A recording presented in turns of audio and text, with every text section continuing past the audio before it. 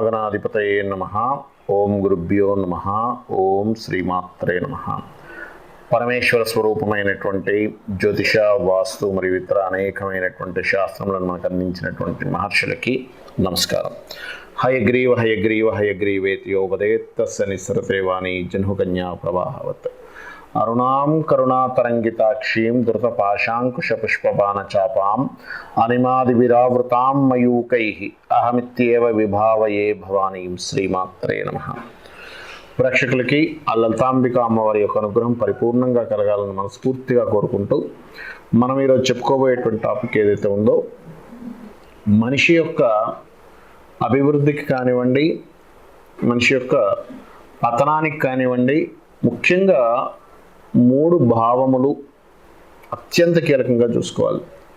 ఏమిటా 3 భావాలు చూసుకున్నట్లయితే, ఏ మనిషి అయినా సరే ఎదగాలి అంటే చూడండి, ఒక పేరు ప్రఖ్యాతలు రావాలన్నా, ఎదగాలన్నా ముఖ్యంగా చూసుకోవాల్సిన దశమ భావము. అంటే మీరు ఏం చేస్తున్నారండి అంటే మీ గుర్తింపు ఎలా వస్తుంది అంటే, మన గుర్తింపు మనం చేసే వృత్తి వల్ల వస్తుంది, మనం చేసే కర్మ వల్ల వస్తుంది. నేను ఫలానా కలెక్టర్ గారు అనగానే అమ్మో కలెక్టర్ గారు అంటాం, మనిషిని చూడడం, అతనికి ఉన్నటువంటి పోస్టుని చూస్తాం, లేదా సీఎం అంటాం, లేదా పిఎం అంటాం, లేకపోతే ఒక ఆఫీసర్ అంటాం. అలాగే మనం చేసే కర్మ అంత ముఖ్యమైనది. అంటే దశమ భావం ఈజ్ మోస్ట్ ఇంపార్టెంట్. మరి ఎవరైనా సరే ఈ దశమ భావాన్ని ఎనీ లగ్న 12 లగ్నాల్లో మేషం నుంచి మీనం వరకు ఉన్న అన్ని లగ్నాల్లోని కూడా దశమ స్థానాధిపతి బాగుపడాలి అంటే మీరు ముఖ్యంగా చేయాల్సింది మీ లగ్నం నుంచి దశమాధిపతి ఎవరు అనేటువంటి చూసుకోవాలి, గుర్తుపెట్టుకోండి. అంటే మేషానికి శని, వృషభానికి శని, మిథునానికి గురువు, కర్కాటకానికి కుజుడు, సింహానికి కూడా శుక్రుడు, కన్యారాశికేమో బుధుడు, తులారాశికి చంద్రుడు, వృశ్చికానికేమో రవి, ధనస్సుకేమో బుధుడు అగైన్, అదేవిధంగా మకరానికి శుక్రుడు, కుంభానికి కుజుడు మరియు మీనానికి గురువు అవుతాడు. అంటే ఈ దశమాధిపతి ఉన్నటువంటి గ్రహానికి వెళ్ళి మీరు దీపారాధన చేయాలి, గుర్తుపెట్టుకోండి. ఇట్ ద సేమ్ టైం నాకు జాతకం తెలియదండి, దశమాధిపతి ఎవరో తెలియదు అని అనుకున్నప్పుడు లలితా సహస్రనామాల్లో మొదటి నామం ఉంటుంది, ఓం శ్రీమాత శ్రీ మహారాజ్ని శ్రీమత్ సింహాసనేశ్వరియే నమః అనేటువంటిది. ఈ నామాన్ని రెగ్యులర్గా మీరు హాఫ్ అన్ అవర్కి తగ్గకుండా కనుక చేసినట్లయితే ఖచ్చితంగా మీరు అనుభవిస్తున్నటువంటి ఇబ్బంది ఏదైతే ఉందో, ప్రొఫెషనల్గా ఉద్యోగరీత్యా ప్రమోషన్ రావట్లేదనో, సరైన ఉద్యోగం దొరకటం లేదనో, లేకపోతే ఉద్యోగంలో ఉన్నప్పటికీ వైరాగ్యంగా చేస్తూ ఉంటారు ఒక్కోసారి, అటువంటి ఇబ్బందుల నుంచి తొలగిస్తుంది. ఒకటి దశమ స్థానం. రెండవది ముఖ్యంగా ధనస్థానం. ధనం మూలం మిదం జగత్ అంటూ ఉంటారు. అంటే ఏమిటి, మనకి ఏ అవసరం ఉన్నా తీర్చుకోవాలి అంటే, ప్రాణం అంటే మనం కొనుక్కోలేం, కానీ మిగతా అవసరాలన్నీ ఏం కొనుక్కోవాలి, ఏం కావాలన్నా ధనం కావాలి. మనకి చూడండి, సొసైటీలో ఇవాళ రేపు మీకు వాల్యూ ఇచ్చేటువంటిది కూడా ధనంతోనే ఇస్తూ ఉన్నారు. అంటే వేరే వాటితో వాల్యూ రాదని కాదు, మన విద్య వల్ల వస్తుంది, మన క్యాడర్ వల్ల వస్తుంది, వస్తుంటాయి. కానీ మనం ఏదైనా సరే ఒక హౌస్ కొనుక్కోవాలి, ఏం చేసుకోవాలన్నా ధనం. మరి ఈ ధన సంబంధించినటువంటిది ప్రతి జాతకంలో 2వ స్థానాధిపతి అని ఉంటారు. ఆ 2వ స్థానాధిపతి ముఖ్యంగా బాగుండాలి. ఇందాక నేను చెప్పినట్టుగా దశమ స్థానాధిపతి ఎలాగో ఇక్కడ 2వ స్థానాధిపతి, దశమ స్థానాధిపతితో పాటు శనిని చూసుకోవాలి, ఇక్కడ 2వ స్థానాధిపతితో పాటు శుక్రుడిని ఖచ్చితంగా చూసుకోవాలి ఇక్కడ. అలాగే 2వ పోర్ట్ఫోలియో అంటారు జ్యోతిష్ శాస్త్రంలో. అది క్యాలిక్యులేటివ్ ద్వారా తెలుస్తుంది, బయటకు కనబడేటువంటి విషయం కాదు.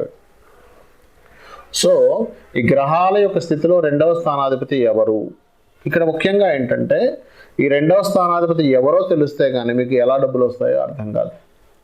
అంటే ఉదాహరణకి రవి అనుకోండి, 2వ పోర్ట్ఫోలియో రవి, గవర్నమెంట్ వాటి మూలంగా ధనం వచ్చే యోగం ఉంటుంది, లేదా మెడికల్ మూలంగా ధనం వచ్చే యోగం ఉంటుంది. చంద్రుడు అనుకోండి, ఫార్మసీ రిలేటెడ్ సంబంధించినటువంటి, లేదా ట్రావెలింగ్ రిలేటెడ్. కుజుడైతేనేమో పర్టికులర్గా మీకు రియల్ ఎస్టేట్ రిలేటెడ్, బుధుడైతేనేమో వ్యాపారాలు, గురువైతేనేమో teaching related or any guiding related, శుక్రుడైతే కళారంగ సంబంధించినటువంటి, శని అయితేనేమో ఎనీ కన్సల్టెన్సీ రిలేటెడ్, లేకపోతే ఏదైనా జాబ్ చేసుకోవడము, రాహుకేతువులు అయితే విదేశాలు, ఫార్మసీ, సినిమా ఫీల్డ్, ఇట్లాంటి వాటి వల్ల కూడా వస్తూ ఉంటుంది. అంటే ఇక్కడ ఏమిటి, ఫస్ట్ అసలు మీ జన్మజాతకంలో సెకండ్ లార్డ్ ఎవరు, సెకండ్ పోర్ట్ఫోలియో ఎవరు, ఏ మార్గం ద్వారా డబ్బులు వస్తుంది అనేటువంటి ముఖ్యమైనటువంటి భావం కూడా 2వ భావం, ఇది కూడా చూసుకోవాలి. ఇక మనం కర్మ చేస్తున్నాము, డబ్బులు సంపాదిస్తున్నాము, అనుభవిస్తామా లేదా అని చెప్పేది 11వ భావం. అంటే మనిషి ఎంజాయ్ చేస్తాడా చేయడా, ఊరికే కష్టపడుతూ ఉంటారు కొంతమంది, పొద్దు నుంచి సాయంత్రం వరకు కష్టపడమే ఆయన పని అవుతుంది, కానీ ఎంజాయ్ చేయడం అనేటువంటిది ఉండదు, సుఖం అనేటువంటిది ఉండదు. సుఖపడతారా సుఖపడరా మనిషి అంటే అది చూసేది 11th హౌస్ ద్వారా తెలుస్తుంది, అంటే ఎంజాయ్ చేయడం ద్వారా. మనకి 2 బాగున్న 11వ స్థానం బాగాలేదు, వేస్ట్ అయిపోతుంటుంది. కాబట్టి ఏంటి, 11వ స్థానం మీకు బాగుండాలి అంటే ముఖ్యంగా మీరు గుర్తుపెట్టుకోండి, ఈ 11th లార్డ్ ఎవరో తెలుసుకుని దానికి సంబంధించిన ఆ గ్రహానికి సంబంధించినటువంటి దీపారాధన చేయాలి. అంటే లగ్నం నుంచి 11వ స్థానం. అయితే ఇందాక నేను మీకు ఫైనాన్షియల్ దాని గురించి లలితా సహస్రనామాల్లో ఒక నామం ఉంటుంది, ఏమిటది అంటే ఓం సంపత్కరీ సమారూఢ సింధుర వ్రజ సేవితాయే నమః. ఈ నామాన్ని ఎంత మీరు చేస్తూ ఉంటే మీకు అంత చక్కగా ఫైనాన్షియల్ గ్రోత్ అనేటువంటిది పెరుగుతూ ఉంటుంది.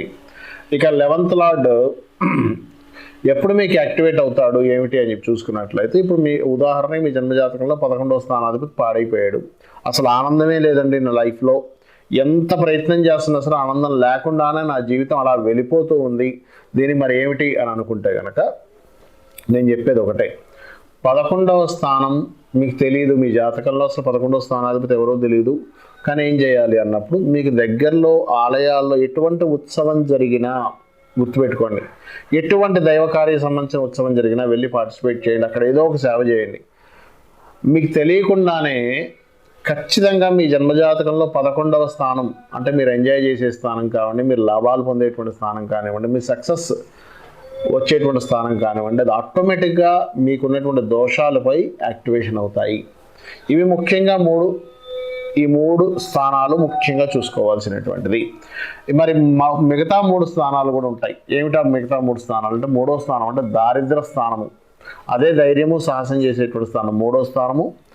6వ స్థానం పూర్వజన్మ కర్మస్థానం, ఇది 8వ స్థానం లైఫ్లో సడన్గా లైఫ్ టర్నింగ్స్ ఇస్తూ ఉంటుంది. 12వ స్థానం కూడా ఉంటుంది, బట్ 8వ స్థానం ఎక్కువ ప్రభావం చూపిస్తూ ఉంటుంది. అంటే లైఫ్లో సడన్గా నా లైఫ్ ఏంటంటే ఇలా టర్న్ అయిపోయిందని బాధపడుతూ ఉంటాం. ఆ స్థానం ఇది 8వ స్థానం. సో ఈ మీ 3వ స్థానము 6వ స్థానము 8వ స్థానాధిపతులు డియాక్టివేషన్లో ఉన్నప్పుడు ఏమవుతుంటుందంటే అనవసరమైన భయాలు మీకు పెరుగుతూ ఉంటాయి. అనవసరంగా పూర్వజన్మ కర్మ రావడం వల్ల మీరు ఎటువంటి తప్పుడు నిర్ణయాలు తీసుకోకపోయినా అనవసరంగా గొడవలు కానీ అనవసరమైనటువంటి విషయాల్లో మీరు ఇరుక్కోవడం కానీ జరుగుతుంటుంది 6వ స్థానం పాడైనప్పుడు. 8వ స్థానం వల్ల మీరు ఊహించినటువంటి మలుపులు జరుగుతూ ఉంటాయి. అయితే ఈ 8వ స్థానం బాగుందనుకోండి, మీరు ఊహించేటువంటి మలుపులు అద్భుతంగా జరుగుతాయి. 8వ స్థానం పాడైతే ఊహించేటువంటి మలుపులు నెగిటివ్గా జరుగుతూ ఉంటాయి.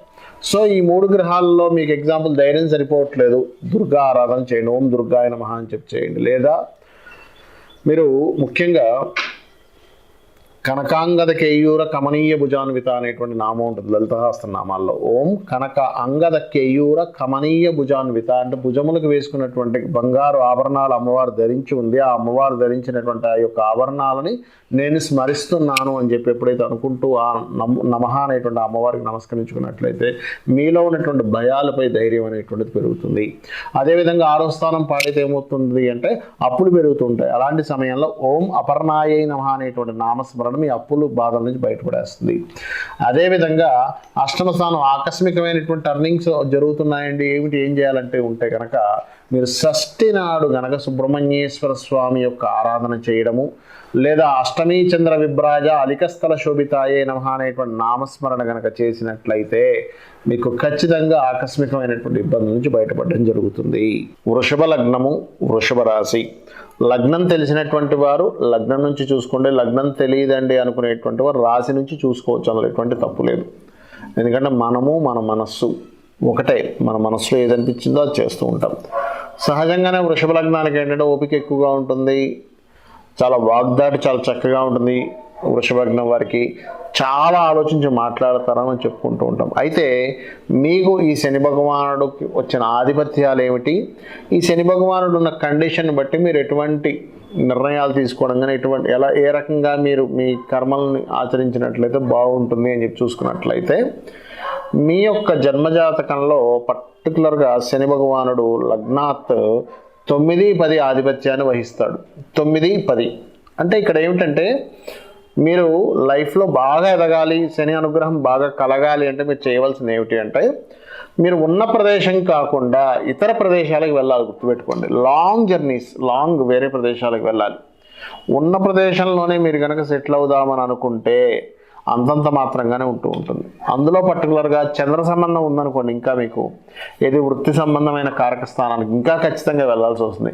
కొంతమందికి ఏమవుతుందంటే, ఒక ఉదాహరణకు 1000 జాతకాల్లో 990 జాతకాలు అయితే 10 మందికి వెళ్ళాల్సిన పని ఉండదు. అప్పుడు ఎందుకు ఉండదు అంటే, మీ శని కానీ మీ యొక్క దశమాధిపతి కానీ స్థిర సంబంధం కలిగి ఉంటుంది, అంటే స్థిర రాశుల సంబంధం ఉంటుంది. అందుకని వాళ్ళు ఆ ఊర్లోనే అక్కడే డెవలప్ అవుతూ ఉంటారు. కానీ 99% ఆఫ్ కేసెస్లో ఉన్న ప్రదేశం నుంచి వేరే ప్రదేశానికి వెళ్తేనే వృషభ లగ్నానికి యోగ్యత కానీ వాళ్ళ డెవలప్మెంట్స్ కానీ పెరుగుతూ ఉంటాయి. గుర్తుపెట్టుకుని, వృషభ లగ్నంలో జన్మించారు అంటే మీరు ఫస్ట్ తీసుకోవాల్సిన కేర్ ఉన్న ప్రదేశం నుంచి వేరే ప్రదేశానికి వెళ్ళాలి. అది మీ పర్సనల్ చార్ట్లో కూడా ఉందండి పక్కాగా అంటే ఇంకా గ్యారంటీగా వెళ్ళిపోవాలి. ఉన్న ప్రదేశంలో ఉంటే డెవలప్ అవ్వాలి, గుర్తుపెట్టుకోండి. ఇక రెండవది ఏంటంటే, వృషభ లగ్నానికి పర్టికులర్గా మీ యొక్క లగ్నానికి ఎప్పటి నుంచో అంటే గురువు యొక్క శాపం కూడా ఉంటుంది సహజంగా. ఎందుకు ఉంటుందండి?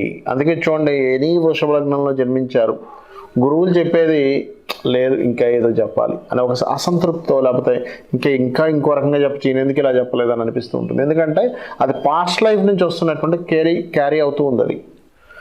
మరి దీన్ని ఇక్కడ వీరు మాత్రం, వృషభంలో జన్మించినటువంటి వారు మాత్రం కేవలం శని భగవానుడికే కాకుండా గురుగ్రహానికి కూడా దీపారాధన చేయాలి, గుర్తుపెట్టుకోండి. నవగ్రహాల్లో శని గురు 2 గ్రహాలకి దీపారాధన ఖచ్చితంగా చేసి తీరాలి, గుర్తుపెట్టుకోండి.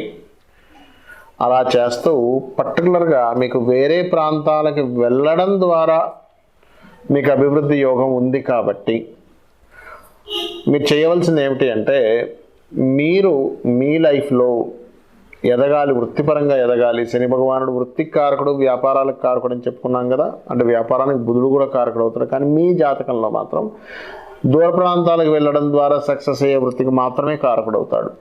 కాబట్టి మీరు వీలైనన్ని పుణ్యక్షేత్రాలకు వెళ్ళండి.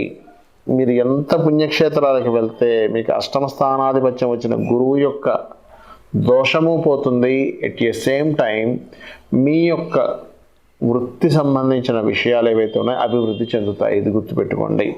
మరి ఇందులో చాలామంది అడుగుతుంటారు, ఏ ఆలయాలకు వెళ్ళాలి, ఏ క్షేత్రాలకు వెళ్ళాలి, ఏ క్షేత్రం వెళ్ళొచ్చు. అందులో పర్టికులర్గా వెంకటేశ్వర స్వామి క్షేత్రాలు, అంటే ముఖ్యంగా మనకు తిరుపతి ఉంది, ఎంత మీరు తిరుపతికి వెళ్తూ ఉంటే అంత చక్కగా ఉంటుంది, ఇది గుర్తుపెట్టుకోండి. అయితే ఇక్కడ ఏంటంటే, శని భగవానుడు ఒకసారి పాడవుతాడు కొంతమంది జాతకాల్లో. అలా పాడైనప్పుడు ముఖ్యంగా ఏ గ్రహం ద్వారా, సర్వసాధారణంగా కుజకేతువులతో స్పాయిల్ అవుతూ ఉంటాడు. కుజుడు is fiery element, fiery planet. Shani అనేటువంటిది కూల్నిచ్చే ప్లానెట్. సో ఫైరీ ప్లానెట్తో కంజాయిన్ అయినప్పుడు ఇబ్బంది పడుతూ ఉంటాడు, లేదా వైరాగ్యానికి కారకుడైన కేతుతో కంజాయిన్ అయినప్పుడు ఇబ్బంది పడుతూ ఉంటాడు. అలాంటిది ఉన్నప్పుడు సర్వసాధారణంగా మీరు చేసే వృత్తిలో గొడవలు కానీ, మీరు చేసే వృత్తిలో ముందుకు ఎదగకపోవడం జరుగుతూ ఉంటుంది. అలాంటప్పుడు కుజకేతు గ్రహాల దగ్గర దీపారాధన చేస్తూ కుమారస్వామి గణపతి యొక్క ఆరాధన చేసినట్లయితే అన్ని విధాలా బాగుంటుంది.